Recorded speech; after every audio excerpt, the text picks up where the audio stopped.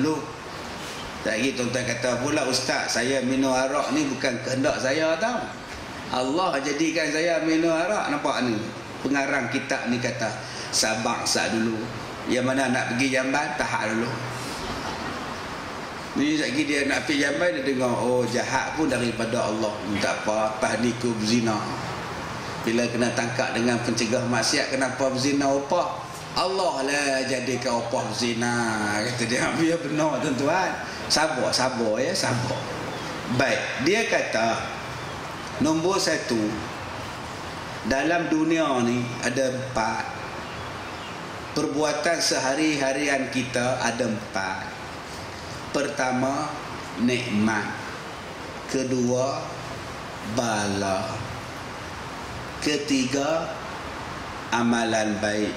Ketiga, amalan jahat. Tu aja. Tak lebih daripada 4. Hari ini kita dapat nikmat. Pagi-pagi buta kita dapat nikmat makan.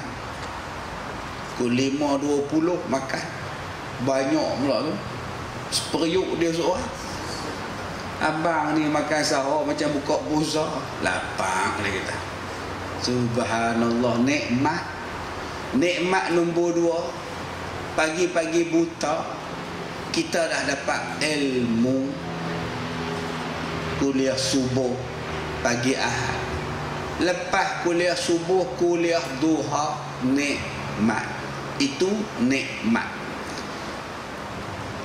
Kalau tak dapat nikmat, kita dapat bala. Tengah duk makan sahur, cekik tulang. Turih, putih selera. Cekik tulang dia. Lah ada kat buat kecemasan, duk sangkut tulang. Orang sebelah pula duk tanya, macam mana boleh tercekik orang kau sahur? Duk sibuk tanya, duk diam-diam. Kawan ni cekik tulang, banyak tanya pula. Tu nama dia bala. Tak dapat nikmat, dapat bala. Yang ni kita tolak ke tepi. Dalam bab ni kita belajar amalan baik, amalan jahat. Amalan baik pun Allah yang ciptakan. Allah ciptakan. Semayang, puasa, zakat, tolong orang, bantu anak yatim, sedekah, baca Quran, zikir. Amalan jahat pun Allah cerita. Mengumpat ni haram, memfitnah ni haram, minum arak ni tak boleh, babi ni haram, binatang ni kena sembelih baru boleh makan. Allah cerita. Allah cerita supaya kita tak buat. Datang daripada Allah juga. Itu maksud dia. Allah kata minum arak ni tak boleh. Arak ni mabuk, arak ni menghilangkan akal.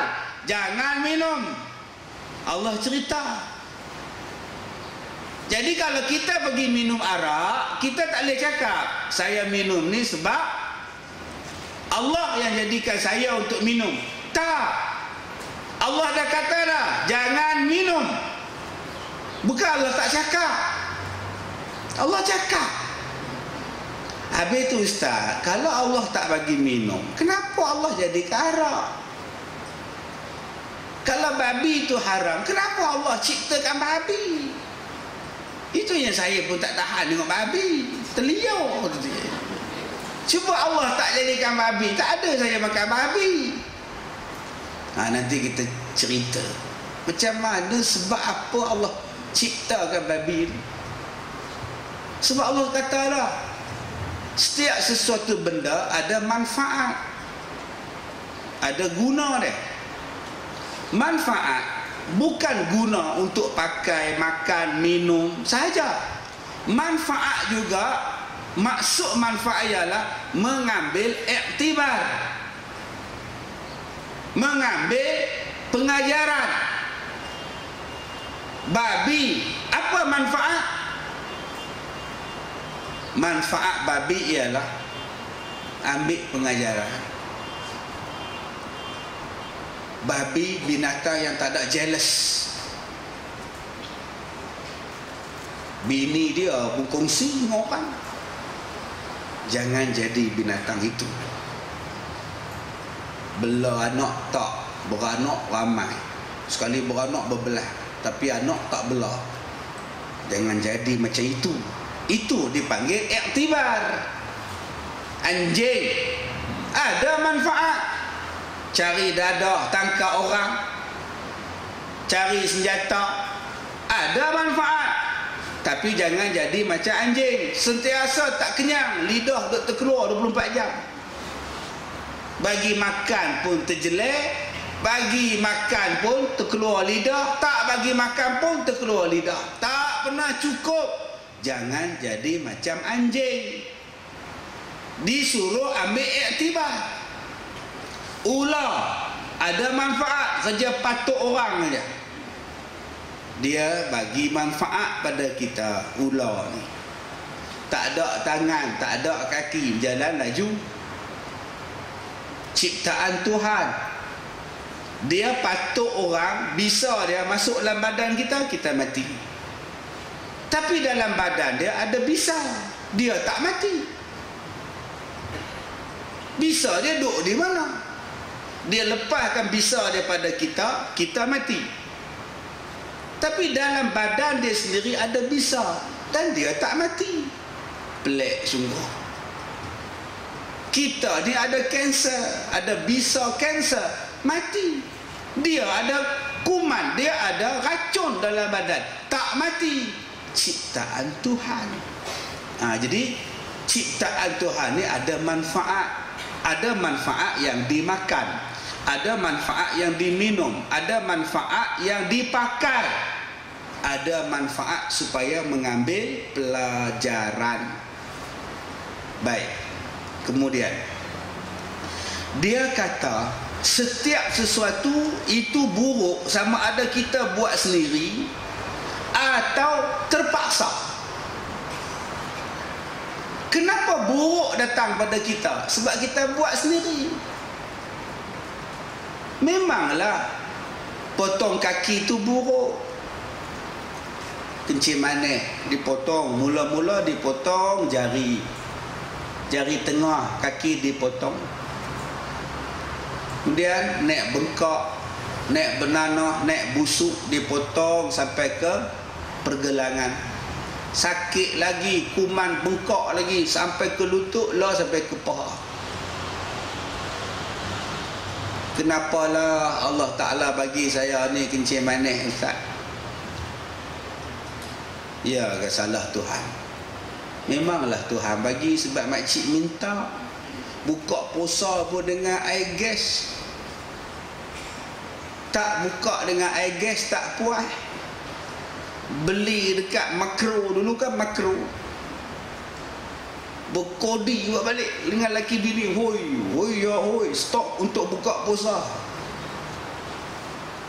tu. Bila buka tu meletup, puas kata dia, gini tuangnya. Pula ais batu ketuk, lega rasanya. Satu kali buka puasa 1.5 liter dia telan. Kena 4 tahun buka puasa, kencing manis pun berliter-liter dalam badan dia. Sekarang nak salah siapa? Nak salah siapa? Bukan kita buat, kita minta. Bila kita minta, Tuhan bagi. Dah kata Allah, boleh makan, jangan melampau-lampau. Jangan melampau-lampau. Masalah kita ni, paksa kita melampau-lampau.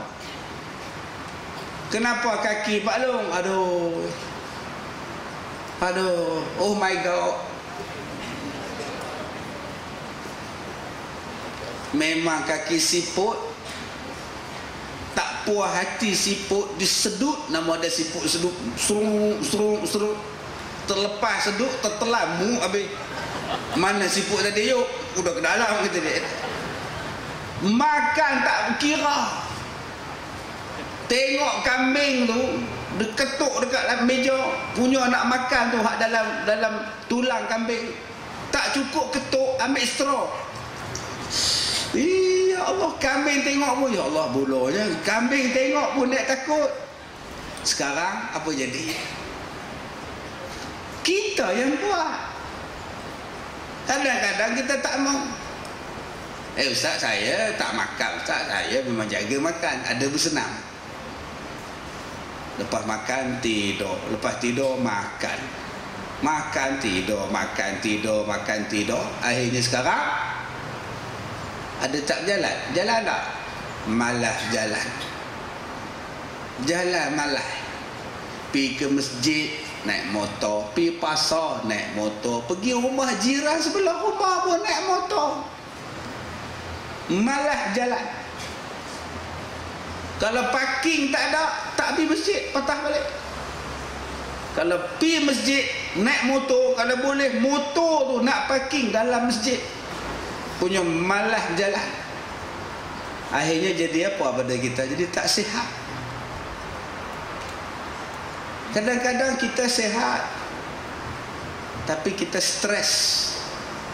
Kita tak mampu, terlalu banyak buat kerja, dia jadi stres. Bila jadi stres, dia ada satu asid. Nama asid tu asid artisol.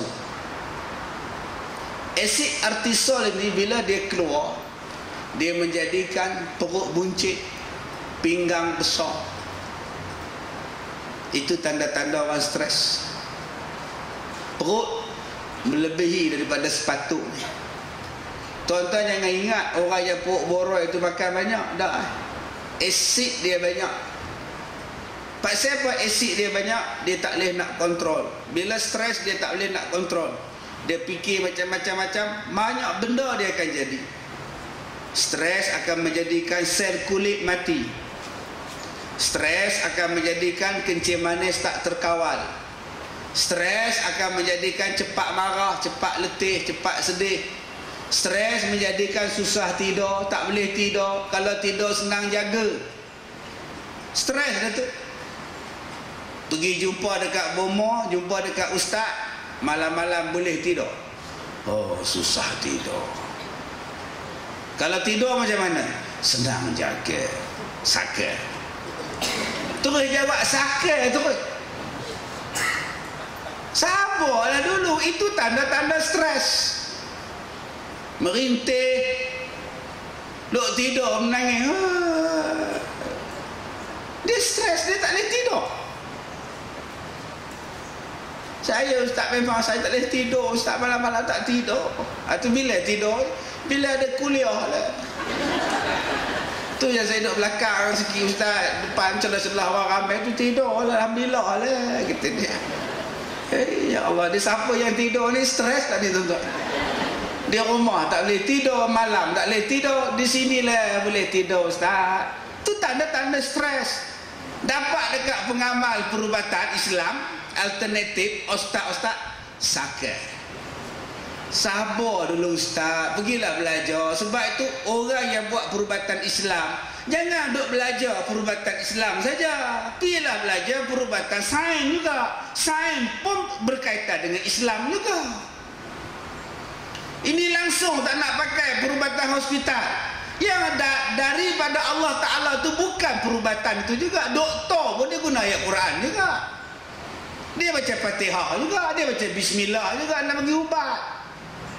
Jangan tu ini sakit, ini mesti ada keturunan ini. Padahal dia stres, dia tak boleh nak kawal emosi. Bila dia tak boleh nak kawal emosi, dia jadi susah tidur. Bila susah tidur, badan dia dah tak seimbang. Bila dah tak seimbang, itu yang saya katakan tadi, akan datangnya penyakit-penyakit lain. Sebab tu banyak orang datang jumpa saya nak mengubat. Saya kata saya bukan bomoh, saya bukan pengamal perubatan Islam. Bila datang pada saya, soalan pertama saya tanya, dah pergi jumpa doktor ke belum? Dah pergi dapatkan rawatan di hospital ke belum? Pergi hospital dulu. Hospital kata tak ada sakit apa ni pelik punya penyakit. Baru mai. Ini hospital tak pergi, apa pun tak pergi. Jumpa Tok Mo. Jumpa ustaz mudah-mudah. Yang ustaz tu pun sakit, dia pun pergi jumpa doktor. Ini bukan saya anti pula pengubatan Islam. Tak, saya tak anti. Sakit jantung, sampai bila nak jumpa ustaz? Pergi jumpa doktor, operate. Operate itulah rawatan Islam. Tak, saya operate batin ustaz. Memang pelak batin. keluar. Tak ada abuse, Ustaz. Nampak bohong benar, nampak benar, nipu je. Itu belah batin, nampak dia bagi cahaya sama-sama. Yang saya pernah jumpa belah batin dengan nafas. Ada tuan-tuan jenis itu. Orang percaya. Belah. Masuk. Oh, tak boleh masuk. Pintu kuat, buka. Dekat 100 orang mubat. Dengan anak murid dia, dengan tok guru dia 40 orang. Ya Allah. Dah buka lah. Terbelah lah. Kita tengok pun takut tak ada jangkitan virus ke, ada terbelah badan ni. Belah di mana? Kita sakit jantung, rawatan dia hampir hospital. Tengok apa yang sumbat, jolok bagi lancarkan perjalanan. Kadang-kadang kita tak nampak. Itulah rawatan Islam. Rawatan Islam bukan setakat jampi, dah, lebih daripada itu. Kalaulah rawatan Islam semata-mata jampi, semata-mata, cukup lemahlah Tuhan. Rawatan Islam sangat luas. Ini tidak sakit jantung, kita kata abang, saya sakit jantung Ustaz. Abang pergi IJN, bukan jumpa saya. Dah lah minta air penawar sikit dengan air penawar. Dah ada air penawar juga. Pi cek buang yang tersumbat, mana hak terkatut, bagi besar buah belon ke apa ke. Itulah cara dia. Pergi ambil urat paha, pergi ganti urat sini ke, tak pun pergi ambil jantung abang, urat keluar pergi buah jantung monyet ke, ganti balik ke. Jadi tuan-tuan kena ingat tuan-tuan. Sebab ada orang tak mau pergi hospital, takut kena belah, minum air penawar. Pergi. Ustaz yang buat rawatan syifa tu pun pergi Amerika ubat jantung. Tak lega di Amerika, pergi Jerman mula. Itulah rawatan Islam. Jangan tuan-tuan faham tak apa dah. Ada jumpa dah Tok Guru dia doa. Tok Guru tu pun masuk hospital. Sebulan sekali masuk hospital. Ini kita kena faham. Sebab ada orang yang macam itu tuan-tuan. Nak kira dia penawar je. Baik, jadi kita lihat di sini. Penyakit yang pertama datang sebab kita yang minta. Kita yang minta. Nama dia apa? Namanya ialah ikhtiari. Yang kedua, penyakit yang tak diminta, namanya ittirari. Apa dia? Gempa bumi. Siapa sini yang minta gempa bumi? Ya Allah, ya Tuhan, bagilah gempa bumi. Nak merasa ada yang selalu kena Indonesia aja, ya Allah. Biarlah kami nak merasa juga. Tak ada siapa bodoh kalau minta. Tuan-tuan ada nak minta aksiden. Ya Allah, aku ni naik motor, kalau boleh siapa-siapa langgar aku, ya Allah. Yang minta buruk ni Syarif Dul ke Kemat Hasan. Cerita Alibaba berjalan lapuk. Ini persatuan penyamun ke? Ya, persatuan penyamun di sini. Boleh tak datang rompak rumah anak lah? Bini anak banyak masalah lah. Hari ini hari Sabtu setengah hari, besok hari Ahad public holiday. Kalau mau hari Isnin boleh lah, kata Firamli. Nak merompak pada hari dia yang minta rumah dia dirompak, nak claim insurans. Tuan-tuan, bila kita lihat di sini, sama ada dia minta sendiri ataupun dia buat dia minta, Tuhan bagi. Itu nama dia ikhtiar. Kita minta. Kenapa kamu sakit jantung? Kita minta. Buka puasa pun Allah malaka sumtu dengan rokok. Allah malaka sumtu wa bika amantu wa ala rizqa pak kurma tinggal. Kenapa abang buka puasa dengan merokok abang? Aku dah menggigil betul. Sekarang jantung rosak. Salah siapa? Allah bagi. Ustaz, saya tak ada merokok, saya tak ada ni. Kenapa sakit saya jantung? Nama dia ittirari. Tuhan nak bagi. Ustaz, saya sakit buah pinggang. Sebab apa? Kencing manis tak terkawal. Atau kenapa abang tak ada pantang makan? Atau dah sakit tak makan pun sakit juga. Itu nyawa makan juga mana-mana. Salah siapa? Itu namanya ikhtiari. Tetapi kalau benda tu tak disangka, dia mai. Duduk dalam rumah, bumbung jatuh, bang. Tak disangka. Itu namanya apa? Ittirari. Tuhan nak bagi. Kita dah berhati-hati memotong, tiba-tiba kena juga, aduh. Itu namanya ittirari. Tuhan nak bagi. Nak kata apa? Tuhan nak bagi ujian pada kita. Baik. Kemudian bersalahan kata Mu'tazilah, ini golongan sesat. Golongan sesat Mu'tazilah berkata bahawa hamba itu yang menjadikan perbuatan dirinya yang ikhtiari dengan kudrat yang dijadikan dia oleh Allah Ta'ala. Maka sebab yang membawa mereka itu akan katanya yang demikian supaya jangan dinisbahkan kejahatan kepada Allah Ta'ala, dan kerana mengambil dalil mereka dengan firman Allah, fatabarakallah ahsanul khaliqin.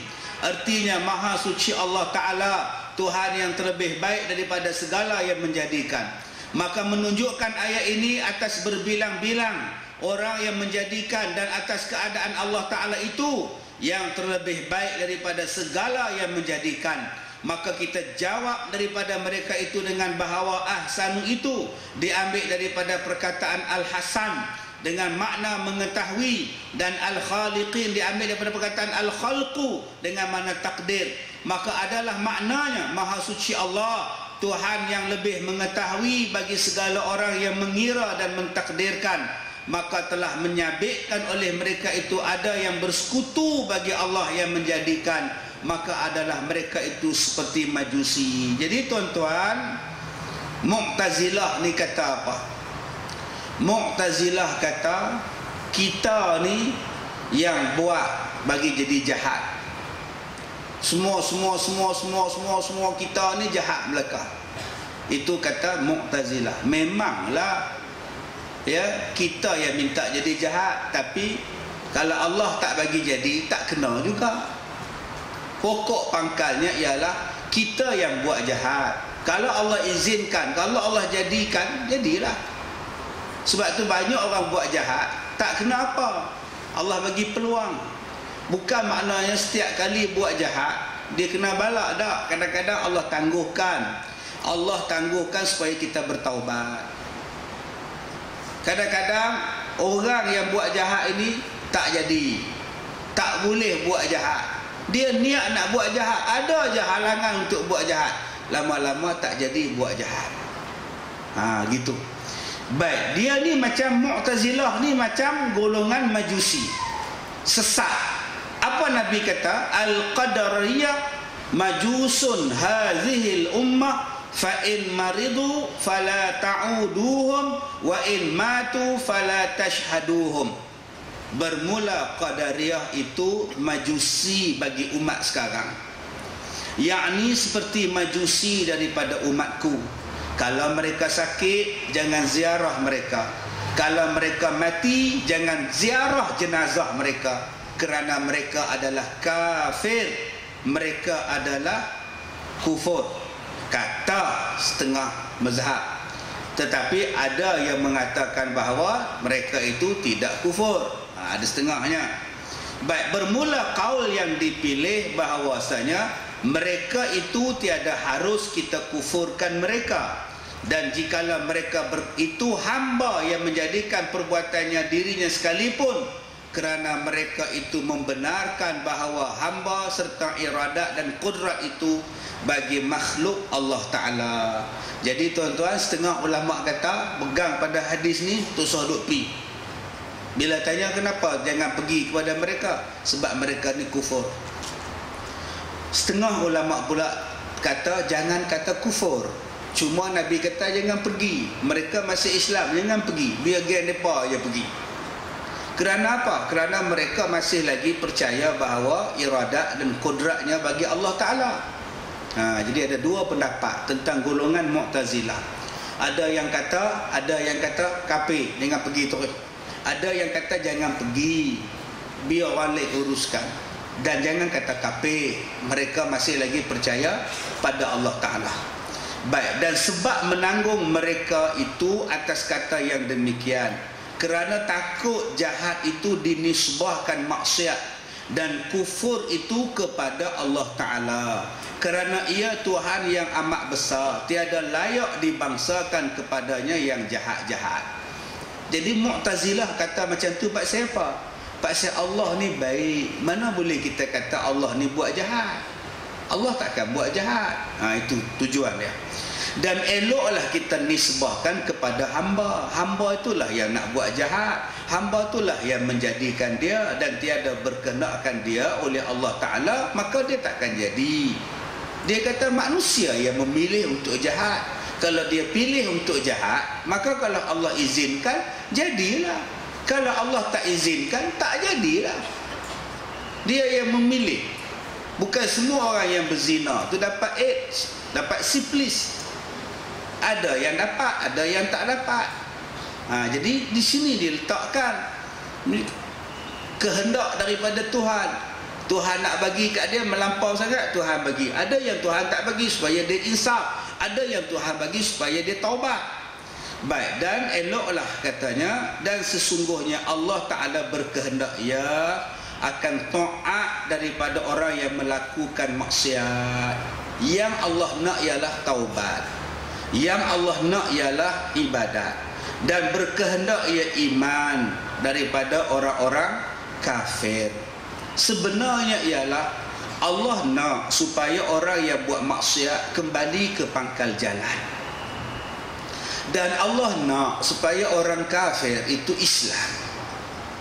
Tetapi manusia itu yang buat jahat, maka larilah mereka daripada jahat. Daripada yang jahat, maka jatuhlah mereka itu di dalam yang terlebih jahat, bahawa berlaku dalam milik Allah atas menyalahi kehendaknya, dan iaitu batil. Kerana suatu yang jahat itu, jikalau daripada perbuatan hamba, yakni jikalau ditilik jatuh perbuatan itu dengan usaha hambanya.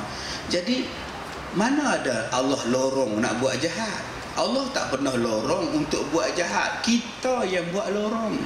Sebab tu penceramah-penceramah kata yang baik daripada saya, yang lemah dari yang baik daripada Allah, yang lemah daripada diri saya.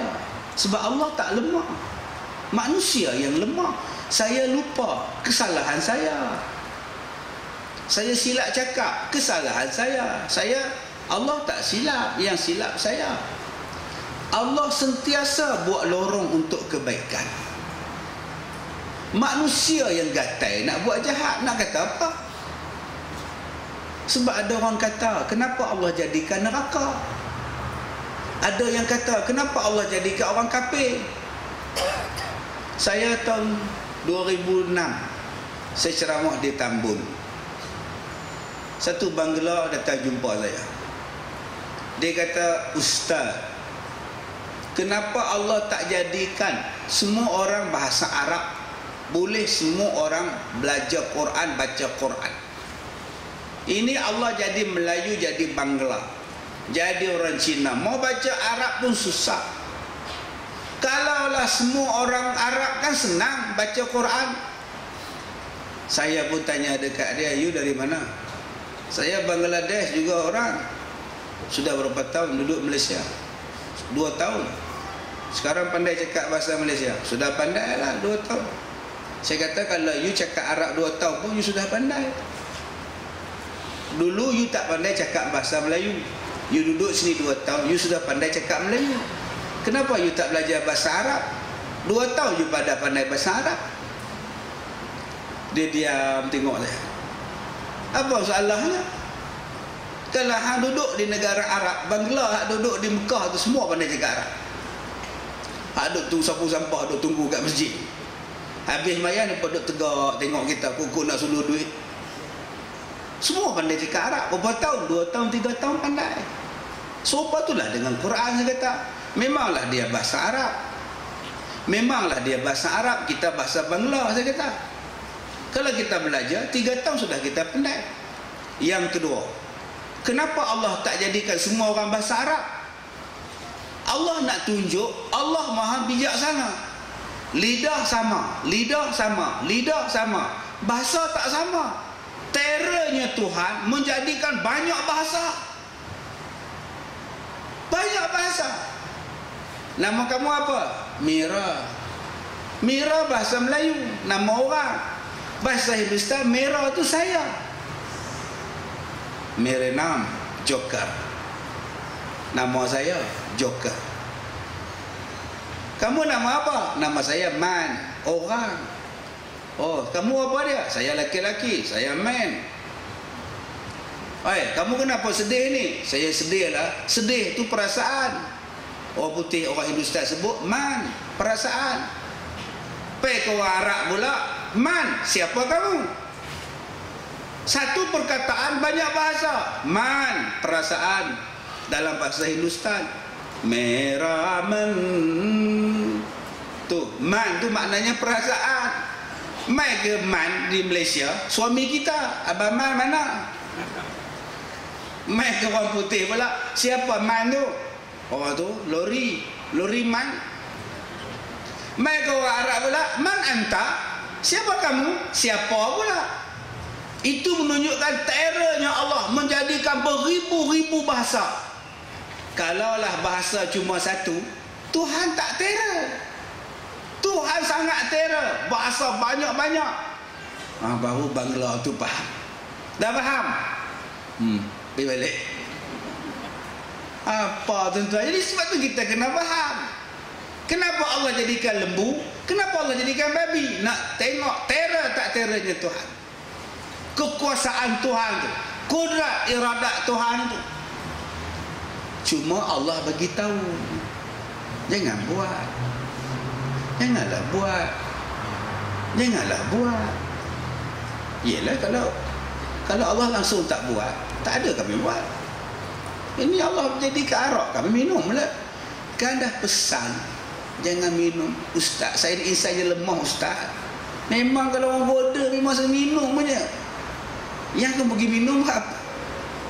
Salah siapa? Kitab sebut jangan, Nabi datang sebut jangan, Nabi dah wafat, ulama sebut jangan. Semua sebut, bukan kata ulama aja sebut, doktor pun sebut jangan minum arak. Doktor pun sebut. Apa lagi masalah kamu? Tak, kalau saya nak minum, apa masalah Ustaz? Saya tak ada masalah. Tuhan turun bala, kamu sendiri dapat. Kita yang minta. Di sini yang disebut di sini. Yakni jikalau ditilik jatuh perbuatan itu dengan usaha hamba dia. Kita yang usaha untuk itu. Adapun jikalau ditilik daripada perbuatan Allah dan kehendaknya, maka sekalian yang baik itu bagi Allah. Yang baik semua pada Allah. Yang buruk ni kita yang mandai-mandai duk buat. La yus'alu amma yaf'alu wa hum yus'alun. Jangan kamu tanya daripada barang yang ia berbuat, dan segala mereka itu yang ditanyakan segala perbuatan mereka. Wallahu khalaqakum wa ma ta'malun. Dan bermula Allah Ta'ala menjadikan kamu dan akan barang yang terbuat oleh kamu. Kata setengah ulama, tiada harus dikatakan Allah Ta'ala berkehendak kepada kufur dan zalim dan fasik. Dan jikalau ia berkehendak sekalipun, tiada harus dikatakan Allah Ta'ala menjadikan segala yang luat-luat dan yang keji-keji seperti kera dan babi, melainkan pada tempat mengajar dan belajar. Dan jikalau ada ia Tuhan yang menjadikan sekaliannya sekalipun dengan kehendaknya dengan firman Allah, Qul kullum min indillah. Katalah olehmu wahai Muhammad, bermula tiap-tiap daripada kebajikan dan kejahatan itu daripada Allah Ta'ala, takdirnya dan jadinya. Jadi tuan-tuan, buruk baik ini datang daripada Allah. Nombor satu, buruk dan baik datang daripada Allah. Gempa bumi datang daripada Allah. Penyakit pun Allah nak bagi. Ya, cuma kadang-kadang apa apa yang kita buat salah itu, apa yang berlaku kepada kita itu puncanya daripada kita yang minta. Kenapa kamu miskin? Sebab saya malas. Tetapi ada orang yang rajin pun miskin juga. Jadi pendek kata, yang pertama dia sebut nombor satu, buruk dan baik datang daripada Allah. Tak ada siapa yang minta jadi buruk. Aksiden ke apa benda tak ada siapa minta. Yang minta aksiden contoh dengan kedai repair kereta, tak ada siapa. Sebab tu kita ni bila jadi satu-satu jangan cepat marah. Suami pinjam kereta kita, balik-balik kemek, kereta kena lewat, habis punggung kena lewat. Kenapa kereta saya abang? Ya Allah, aku berhenti kat traffic light, kereta orang langgar belakang aku, habis kena lewat. Kata abang ambil nombor dia dah, ambil lah report dia, dia bayar 200, kata dia. Mana cukup abang 200, ya Allah. Itulah saya tak bagi pinjam, awak nak bawa gaduh. Saya beli kereta tu nak balik raya, nak nunjuk kat orang kampung, nampak udah lari tujuan. Sekarang